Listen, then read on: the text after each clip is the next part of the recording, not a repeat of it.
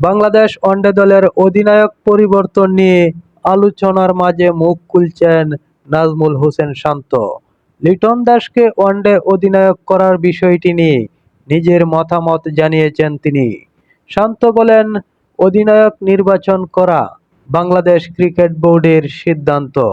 দলের একজন খেলোয়াড় হিসাবে তার মূল লক্ষ্য হচ্ছে নিজের পারফরম্যান্সের মাধ্যমে দলকে সাহায্য করা। তিনি মনে করেন, লিটন দাস একজন অভিজ্ঞ ক্রিকেটার এবং আন্তর্জাতিক ক্রিকেটে তার অনেক অভিজ্ঞতা রয়েছে। লিটন এর আগেও বাংলাদেশ দলের নেতৃত্ব দিয়েছেন, তাই নতুন দায়িত্ব নিয়ে দলকে ভালোভাবে পরিচালনা করতে পারবেন বলে আশা করা হচ্ছে। অধিনায়ক পরিবর্তন হলে দলের মধ্যে নতুন পরিকল্পনা ও নতুন উদ্যমও তৈরি হয় বলেও মনে করছেন অনেকে।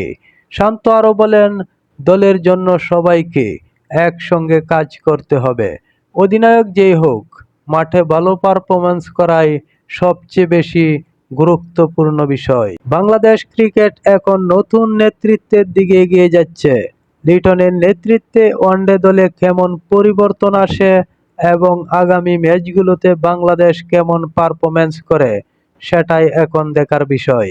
ক্রিকেট প্রেমীদের প্রত্যাশা, নতুন নেতৃত্বে বাংলাদেশ ওয়ানডে দল আরও শক্তিশালী হয়ে সামনে এগিয়ে যাবে।